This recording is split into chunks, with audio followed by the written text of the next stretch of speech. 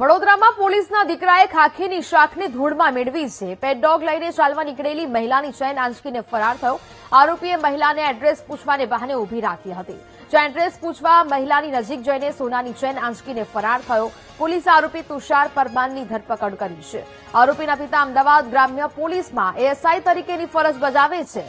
વ્યાજના ચક્રવ્યૂહમાં ફસાયેલા તુષારે આ ગુનાખોરીનો રસ્તો અપનાવ્યો હતો. પોલીસે આરોપી પાસેથી સોનાની ચેન, મોબાઈલ સહિત 1,23,000નો મુદ્દામાલ જપ્ત કર્યો છે. સંવાદદાતા માનુ ચાવડા ફોન લાઈન પર જોડાયા છે. માનુ, પોલીસનો દીકરો ચોર નીકળ્યો હોય તેવી ઘટના સામે આવી છે, શું વિગત?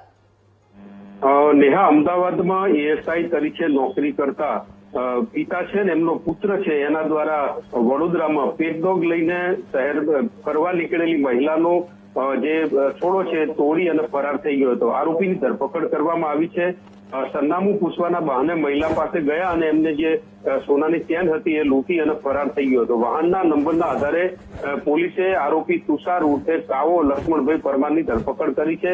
લક્ષ્મણભાઈ પરમાર અમદાવાદ ગ્રામ્ય પોલીસમાં એએસઆઈ તરીકે નોકરી કરી રહ્યા છે અને એમનો પુત્ર તુષાર છે એ દેવું થઈ ગયું હોવાના કારણે આવી રીતે ચોરી અને લૂંટના રવાડે ચડ્યો છે અને એની ધરપકડ કરવામાં આવી છે. પોલીસે અત્યારે કાર્યવાહી કરી છે. આરોપી પાસેથી 1.18 લાખની ચેન, મોબાઈલ ફોન મળીને કુલ 1.23 લાખનો મુદ્દામાલ પણ જપ્ત કર્યો છે. જી નેહા. બિલકુલ માનુ, જાણકારી બદલ આપનો આભાર.